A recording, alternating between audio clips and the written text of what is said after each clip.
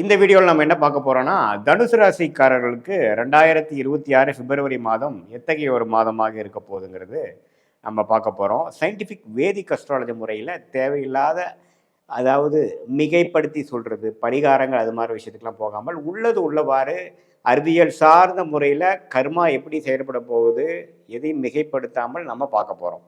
அந்த அடிப்படையில் பார்த்தீங்கன்னா பிப்ரவரி 2026 பிறக்கும் பொழுது தனுசு ராசிக்காரர்களுக்கு ராசி அதிபதி ஆகிய குருவே ராசியை பார்க்கிறார்.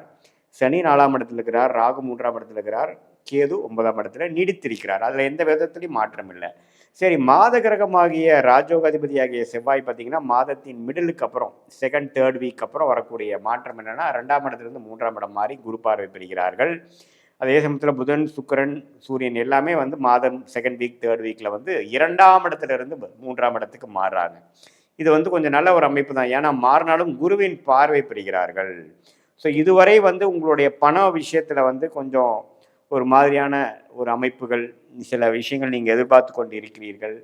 பண விஷயம் வந்து வரவேண்டிய பணம் வராமல் இருக்குதுங்கிறவங்களுக்குலாம் பார்த்தீங்கன்னா டக்குன்னு ஒரு போர்ஷன் ஆஃப் த அமௌண்ட் வரக்கூடிய அமைப்புகள், எப்போவோ போட்ட இன்வெஸ்ட்மெண்ட் ரிட்டர்ன்ஸ் கிடைக்கிறது, யாருக்கோ கொடுத்த அமௌண்ட் திருப்பி வர்றது, இன்வெஸ்ட்மெண்ட் ரிட்டர்ன்ஸ் வர்றது, நம்ம ஒரு மாதிரி சைடு இன்கம் வர்றது, அதே சமயத்தில் கொஞ்சம் சில கடன் பிரச்சனைகள்லாம் சால்வ் பண்ணிக்கிறது, அது மாதிரி சில விஷயங்கள், பாசிட்டிவான சில விஷயங்கள், இடம் சார்ந்த விஷயங்கள், மெடிக்கல் ரிலேட்டடான விஷயங்கள், ரியல் எஸ்டேட்டில் இருக்கிறவங்களுக்கெல்லாம் நல்ல ஒரு லாபம் பெறக்கூடிய ஒரு அமைப்பு வந்து கண்டிப்பாக அந்த உச்ச செவ்வாய் வந்து குருவின் பார்வை பெறுவதனால நல்ல அமைப்புகள் இருக்கு. எப்பவுமே ராஜயோகாதிபதி வந்து முதல் 2 வாரம் உச்சம் பெற்றிருக்கிறது நம்ம ஒரு நல்ல அமைப்பு. ஏன்னா தனுசு ராசிக்கு செவ்வாய் முக்கியமான கிரகம். 2ஆம் இடத்துல இருந்தாலும் ஓரளவுக்கு பூமி சம்மந்தப்பட்ட விஷயங்கள், கேட்ரிங், விளையாட்டு, மெடிக்கல் ரிலேட்டடான விஷயத்தில் இருக்கிறவங்களுக்கெல்லாம் நல்ல ஒரு பலன் கொடுக்கக்கூடிய அமைப்பு கண்டிப்பாக உண்டு. அதுவும் இல்லாமல் ராசியை குரு பார்க்கறதுனால எல்லாமே சமாளிச்சுக்கிற அளவுக்கு இருக்கும். சனியும் 10ஆம் பார்வையாக பார்க்கறதுனால ஸ்ட்ரெஸ்ஸு, வேலை பளுவெலாம் அதிகமாக இருந்தாலும் ஓரளவுக்கு சமாளிச்சிக்கக்கூடிய அமைப்புகள் இருக்குது. குடும்பத்தில் ஒரு நிம்மதி இருக்கும். நண்பர்கள் வட்டாரத்தில் வந்து அப்பப்போ வந்து கேளிக்கைக்காக சேர்றது, நல்லா டைம் ஸ்பெண்ட் பண்ணுறதுங்கிற மாதிரி விஷயங்கள் எல்லாமே எல்லா வயதினருக்குமே ஓரளவுக்கு ரிலாக்ஸிங் விஷயங்கள் இருக்குது. ஏன்னா குரு ராசியை பார்க்கும் பொழுது எந்ததான் சில பண விஷயத்துலையும், உறவுகள் விஷயத்துலையும், வேலை தொழில் விஷயத்துலையும், படிப்பு விஷயத்துலையும் கொஞ்சம் ஸ்ட்ரெஸ் இருந்தாலும் அதை சமாளிக்கக்கூடிய அளவுக்கு நல்ல ஒரு அமைப்பை கொடுக்கக்கூடிய அமைப்பு தனுசு ராசிக்காரருக்கு நீடித்து இருக்குது. 9ஆம் இடத்துல கேதுவும் 3ஆம் இடத்துல ராகு இருக்கிறதுனா என்னென்னா இளைய சகோதரர்களுக்கு கொஞ்சம் பார்த்துக்கணும். அப்பாவின் உடல்நலத்துக்கு கொஞ்சம் சில பிரச்சனைகள் வந்து சரியாகலாம், அது கொஞ்சம் பார்த்துக்க வேண்டிய அமைப்புகள் இருக்குது. வெளிநாடு போக சம்மந்தப்பட்ட விஷயத்தில் இருக்கிறவங்களுக்கு வெளிநாடு டக்குன்னு ட்ராவல் கிடைக்கக்கூடிய அமைப்புகள், விசா கிடைக்கக்கூடிய அமைப்புகள், வேலை விஷயமாக போகக்கூடிய அமைப்புகள் அதெல்லாம் கொஞ்சம் உண்டு.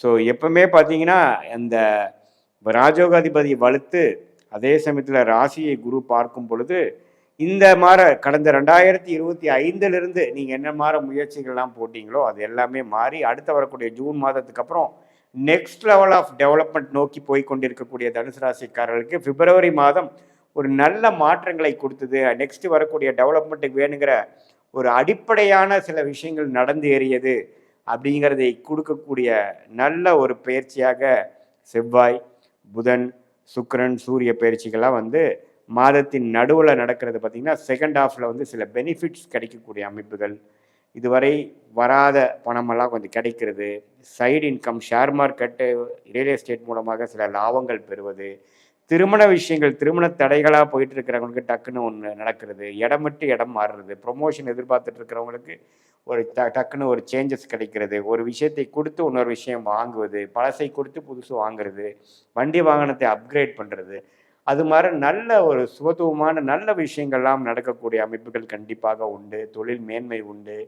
படிக்கிற மாணவர்களும் பார்த்திங்கன்னா இதுவரை கொஞ்சம் அப்படி இப்படி படிச்சுட்டு இருந்தவங்களுக்கு இப்போ என்ன படிக்கணும், என்ன மாதிரி ஒரு ஃபீல்டு அவங்க சூஸ் பண்ணோங்கிறதுக்கெலாம் ஒரு கிளாரிட்டி கிடைக்கக்கூடிய அமைப்புகளாக இருக்குதுங்க.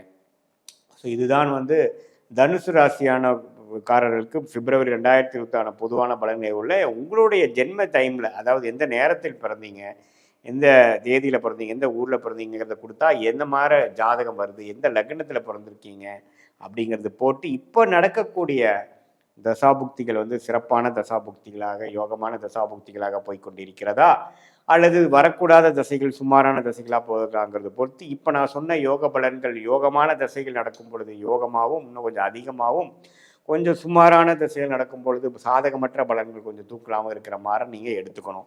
இப்போ நம்ம சொன்ன இந்த 2026 பிப்ரவரி மாதோட கோச்சார பலன் ஒரு பொதுவான பலன், ஒரு 30-40% தான் பாதிக்குமே ஒழிய, உங்களுடைய ஜென்ம ஜாதகத்தில் என்ன தசாபுக்திகள் போயிட்டுருக்கு, என்ன ஆதிபத்தியம் இருக்கக்கூடிய அமைப்புகள் போய்கொண்டிருக்கிறது, எந்த மாதிரி கிரகங்கள் வலிமையாக இருக்குது, ஸ்தான பலம் எப்படி இருக்குது, திக்பலம் எப்படி இருக்குது, திக்பலம் எப்படி இருக்குது, எந்தெந்த கிரகத்தை எந்தெந்த கிரகம் கனெக்ட் பண்ணுறாங்க அப்படிங்கிற வைத்து தான் உங்களுடைய போன ஜென்மத்தில் செய்த பாவ புண்ணியங்களுக்கு தகுந்த மாதிரி சார்ட், அங்கே தான் உங்களுக்கு கர்மாவும் ஜாதகமும் கனெக்ட் ஆகுதுங்கிறத நம்ம தெரிந்து கொண்டு அதுக்கு தகுந்த மாதிரி மாறவே மாறாத தசாபுக்திகளும் மாறிக்கொண்டு இருக்கக்கூடிய கோச்சார அமைப்பு ரெண்டையுமே சேர்த்து வைத்து பார்க்கும் பொழுது துல்லியமான பலன்கள், அதாவது அடுத்து வரக்கூடிய ஷார்ட் டேர்ம் 2-3 மாதங்கள் எப்படி இருக்குது, அடுத்து வரக்கூடிய ஒரு மீடியம் டேர்ம் ஒரு 8 மாதத்திலிருந்து 1 வருடம் எப்படி இருக்குது, அடுத்து வரக்கூடிய லாங் டேர்ம் பிளான் எப்படி நமக்கு நம்மளோட வாழ்க்கை எப்படி செயல்பட போகிறதுங்கிற மாதிரி விஷயங்கள் சயின்டிஃபிக் வேதிக் அஸ்ட்ராலஜி முறையில் எதையும் மிகைப்படுத்தாமல் உள்ளது உள்ளவாறு